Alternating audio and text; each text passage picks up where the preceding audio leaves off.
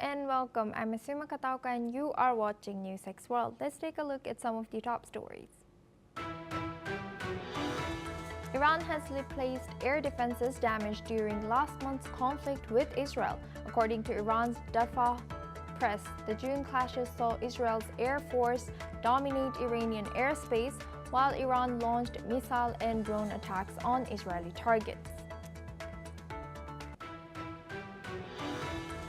The death toll in southern Syria's conflict involving Druze fighters, Bedouin rivals, government forces, and Israel has surpassed 1,000, according to the Syrian Observatory for Human Rights.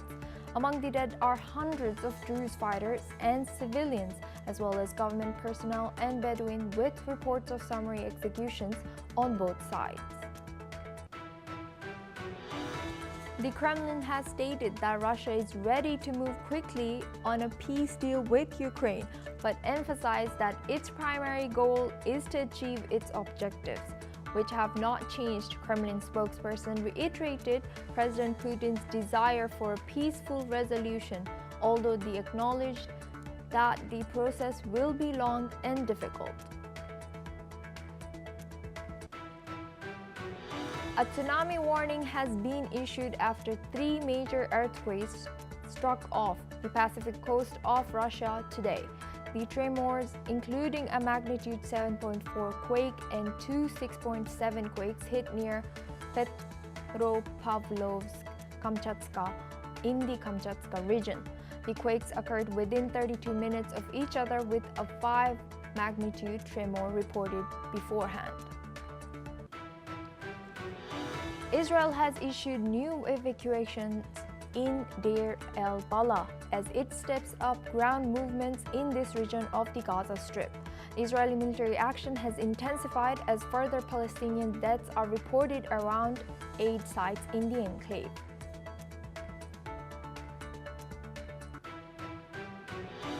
Meanwhile, anti-government protesters in Israel have marched to the U.S. Embassy in Tel Aviv, demanding an immediate hostage deal and end to the war in Gaza.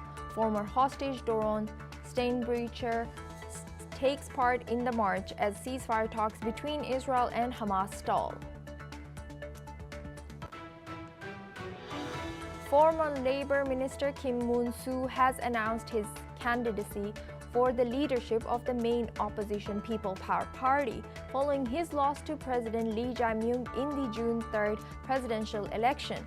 Kim stated that his decision was driven by the need to restore the party and regain public trust amid a crisis threatening the foundation of the Free Republic of Korea. Hong Kong has issued a T10 hurricane signal, the highest warning as Typhoon Haifa heads closer to Hong Kong. Hundreds of flights have been cancelled, with a considerable threat as winds could reach 140 kilometers per hour.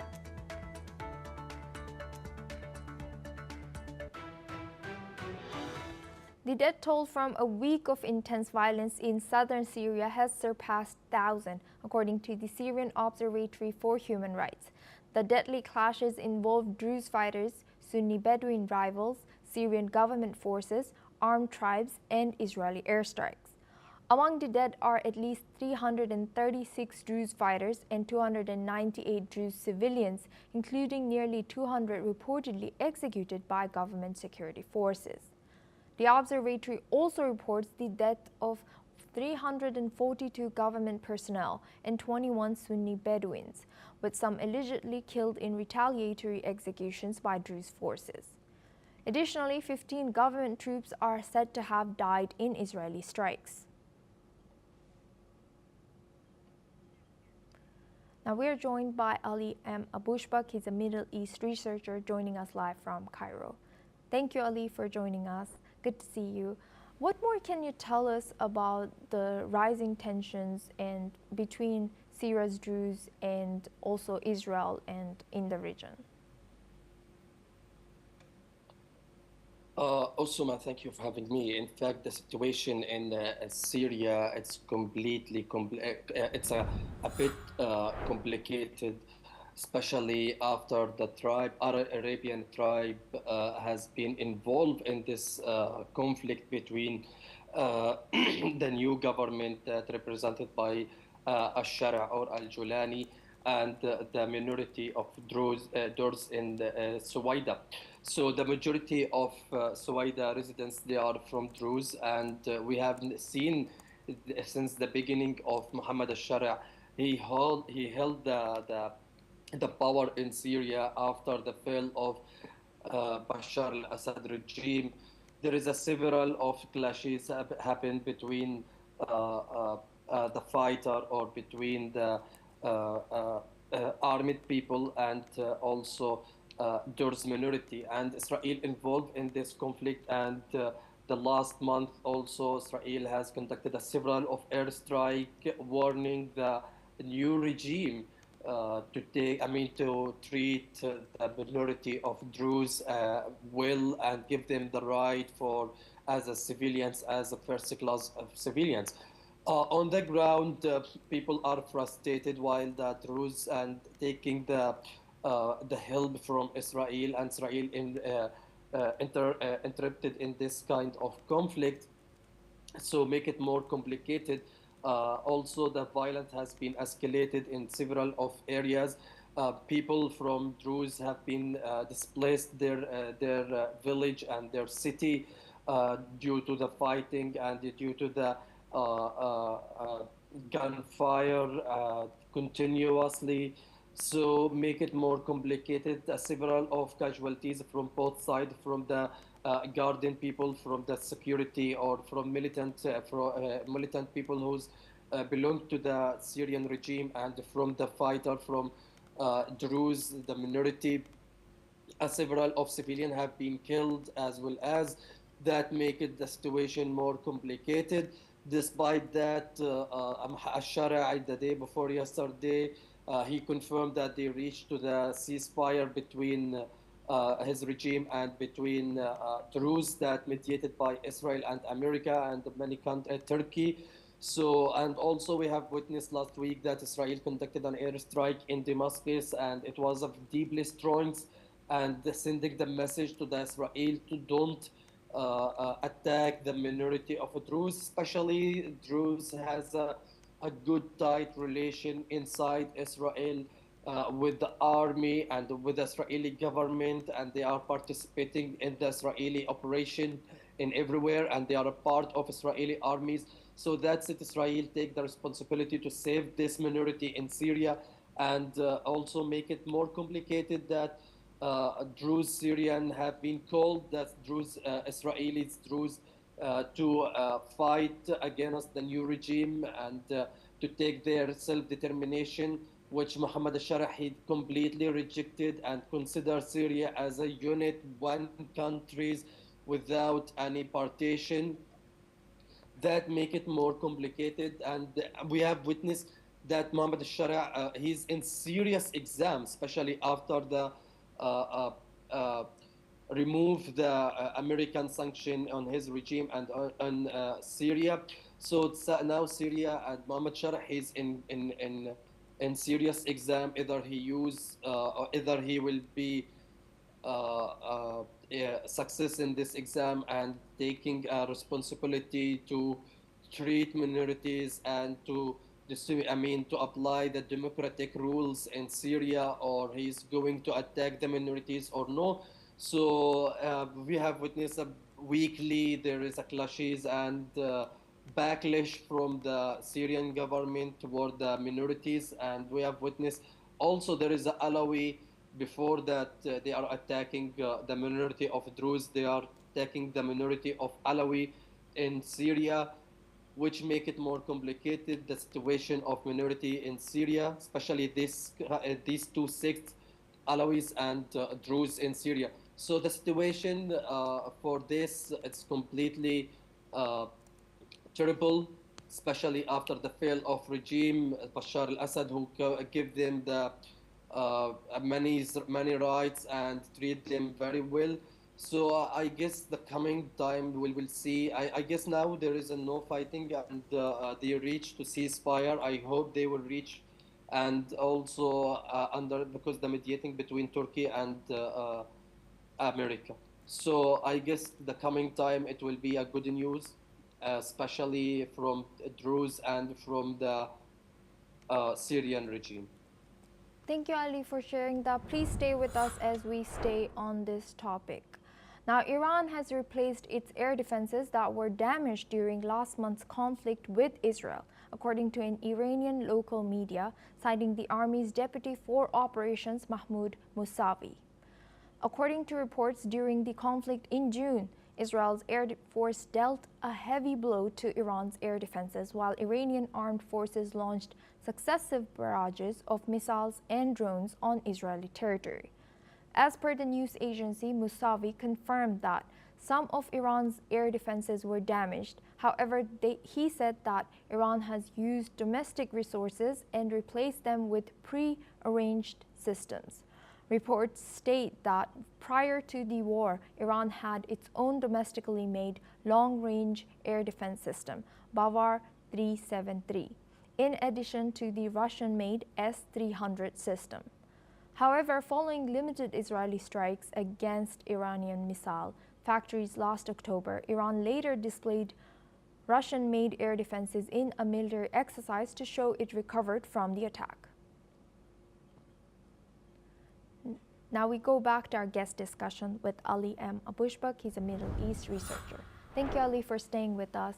Now, what does Iran's rapid replacement of its damaged air defense system suggest about its military resilience, and its preparedness, and its maybe its strategy following the previous attack?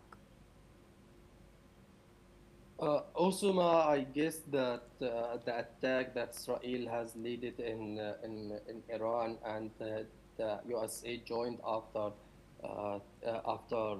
5 days of the conflict between Iran and Israel, has been deeply impacted, despite there is a conflicting reports about the future of Iranian nuclear program. And also we have witnessed several of Israeli airstrike have been success to hit a very uh, uh, very important sites from Iran, like the facilities of nuclear program sites. So that's deeply impacted, and it's showing that how much the Iranian air defense is not active in this conflict. And also we have witnessed that Iran rely on the rely on missiles to defend itself through about when Israel has been attacking Iran. So the thing is more now Iran after the ceasefire between Iran and Israel. Iran is tried to prepare itself for a second round of conflict with Israel and America, especially after the negotiation with the administration of Donald Trump have been failed, and there is no any future for a nuclear program negotiation. That make it more complicated and make a Iranian government or Iranian regime assure that the second round of conflict is as soon as possible is coming, and there is no doubt about it. Both of sides, Israel and Iran, they are preparing for this second round, but when it will launch and who will start it, who will wage the war against who. So it's not clear up to now. As well as also it's worth mentioning that Osama, that Iran has been deeply impacted from the Israelis attack. Several of nuclear scholars have been assassinated in this conflict. Several of Iranian commander have been killed. So deeply impacted in this war, and I guess the defense system it's showing it's weak in front of Israelis airstrike and American airstrike, as well as the S-300 that Russian defense system that have been Iran bought it or purchased it from Russia. It's deeply doesn't work. Also, during the day one of the conflict between Iran and Israel, Israel have been destroyed the air defense the Ali, Iranian air defense. So make that Iran vulnerable. Yes. Ali, I would also like to ask to what Yeah. Also. extent, yes, to what extent does the use of domestically produced versus foreign-made defense systems affect a nation's military independence and geopolitical leverage there?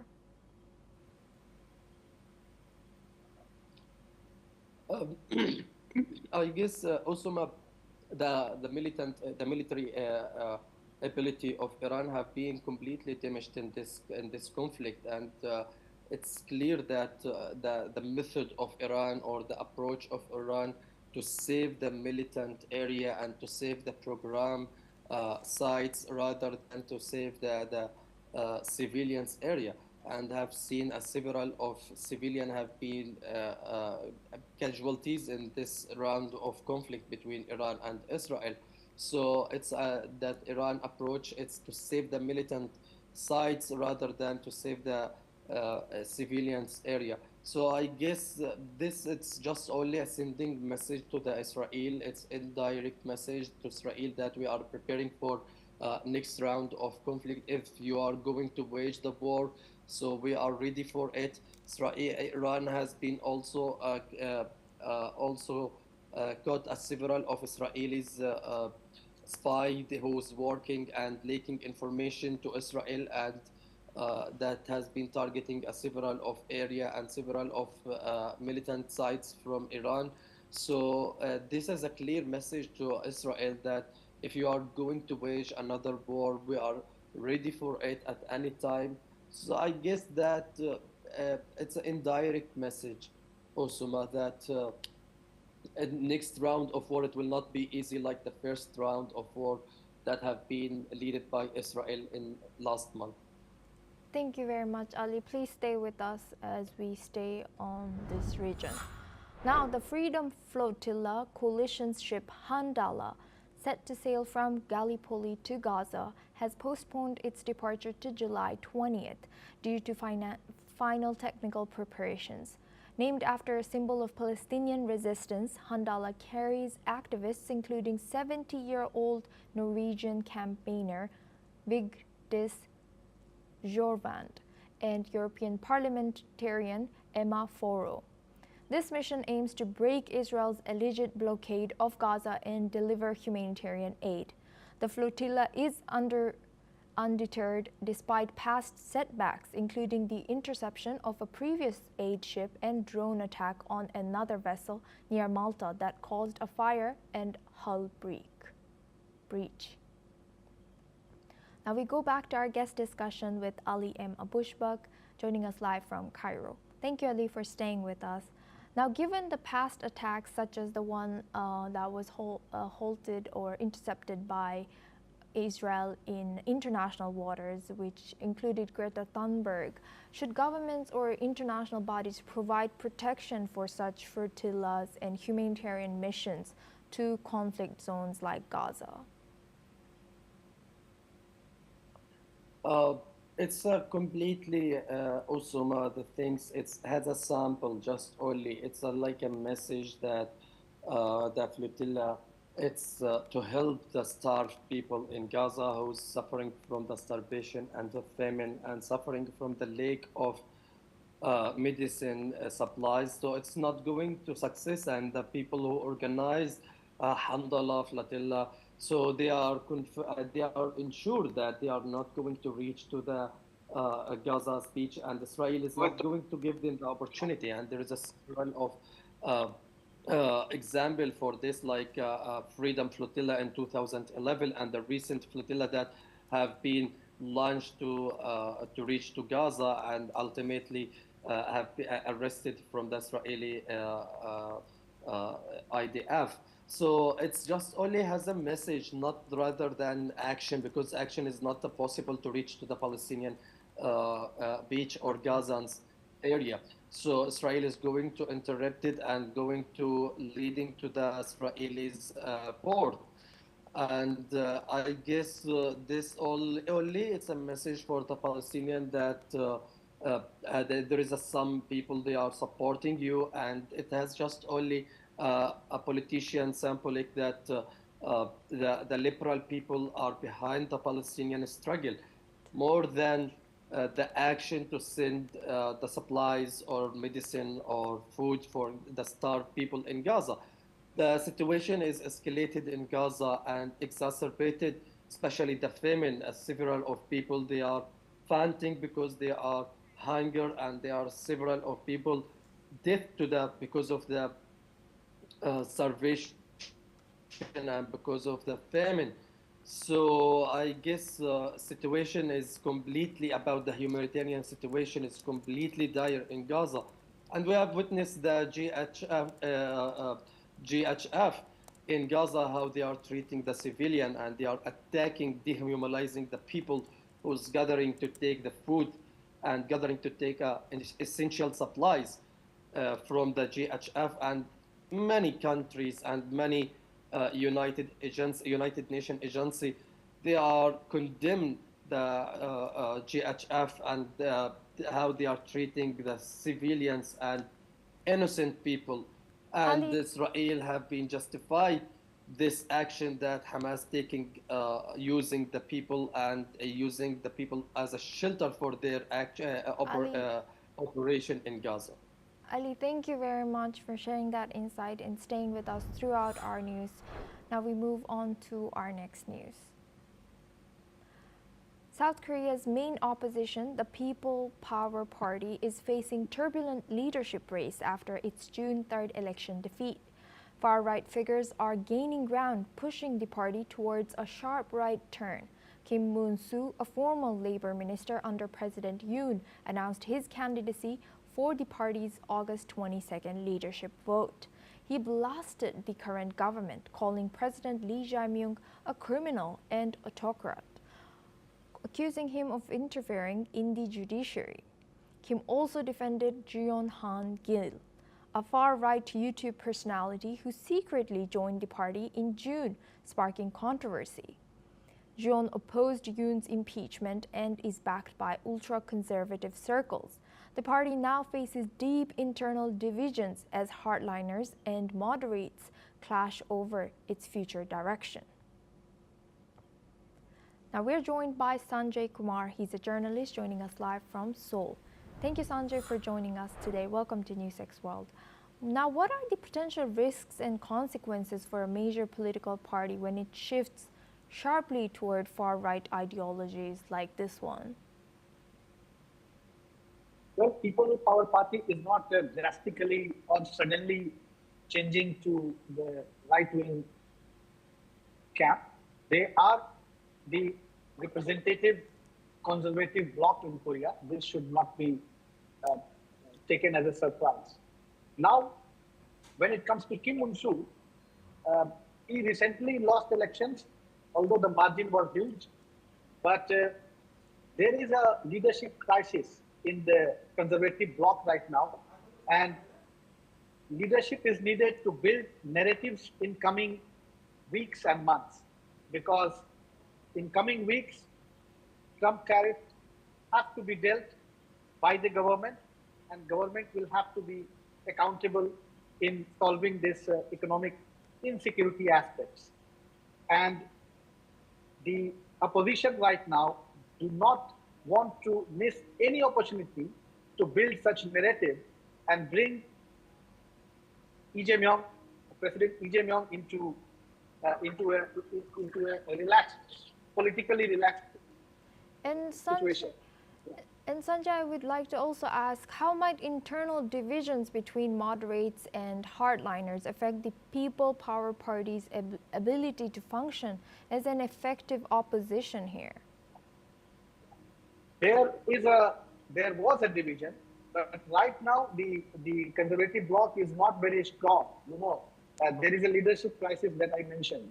So because of that, different groups are operating within the party to bring their candidate in the mainstream. But Kim Moon-soo, as he declared today to be the mainstream, so most likely he is going to deal with all these leadership crisis.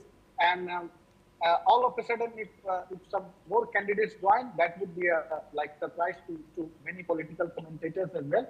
And yeah, inclusion of the YouTubers that you were mentioning, I think these things are not going to make a big difference. It's just a talk of the week, I would say. And since Kim Moon-soo has taken the leadership, although like he has to undergo elections within his party, but because he has taken the bandwagon, I can say, of its supporters within the Conservative Party, most likely the crisis is going to be resolved very soon.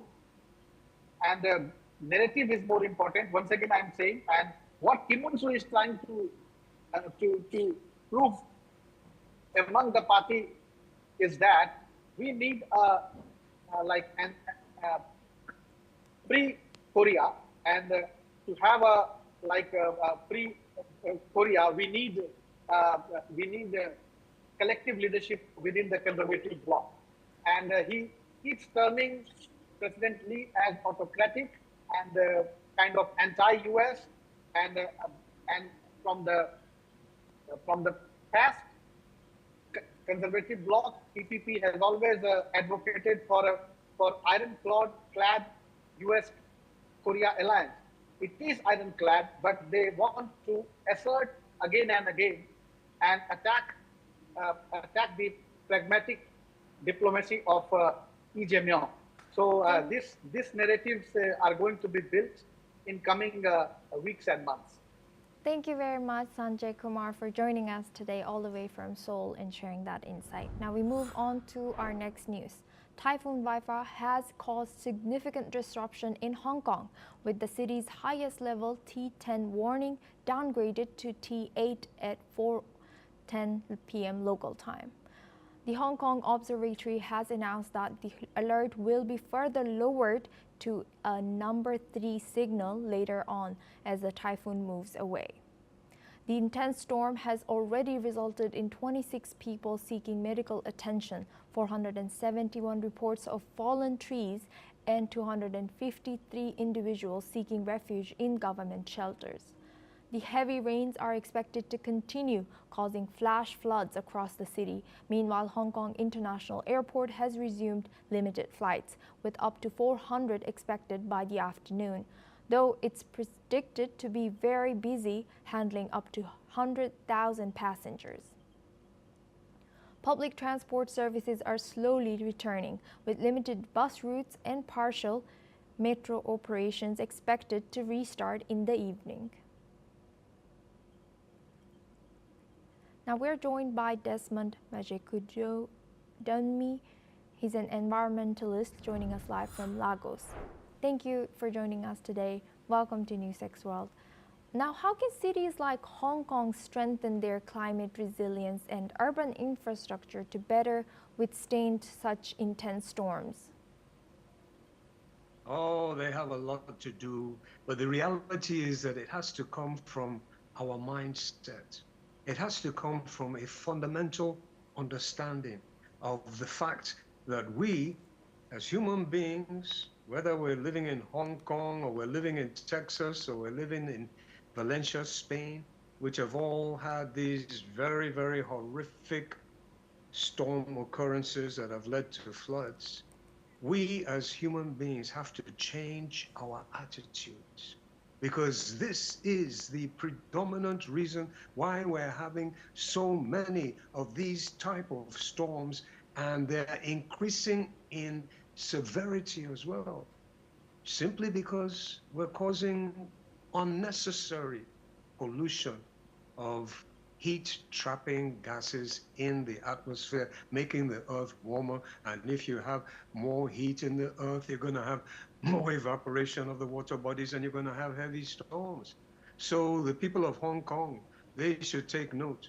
Luckily, the storm has passed, but sadly, more will be coming over the next few years, and they're going to increase tremendously in severity. So there's obvious measures that need to be taken. Infrastructure for drainage needs to be very, very much expanded, and also they need to try to ensure that the natural systems, that is the streams and the rivers, are enabled more effectively to be able to carry away the storm water, and that means dredging the bottoms of those streams and rivers, and also preventing the erosion that has happened with so many of these streams and rivers because vegetation has been cut down. And talking about vegetation, that is another thing that must be done. Hundreds of millions, in fact, billions of trees must be planted in all regions of the earth. And we must stop destroying our forests because you see, there are certain fundamental laws that nature obeys. And these laws operate in the physical and in the metaphysical. Action begets reaction. That's the physical. In the spiritual side, you do things and you have karma, karmic reactions. You do things to the earth, she must respond. And what we're doing is damaging our incredible, wonderful, miraculous systems that allow the rain to fall, that allow the rainwater to be taken away through our streams and our rivers and even to be absorbed by the trees.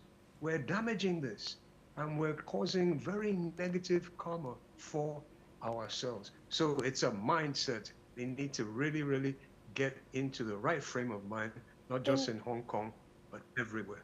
Yes, indeed. Thank you very much, Desmond Majeku Donmi, for joining us and sharing that insight as an environmentalist all the way from Nigeria. Now, well, that's all we have time for. We will continue to bring more news updates from around the world.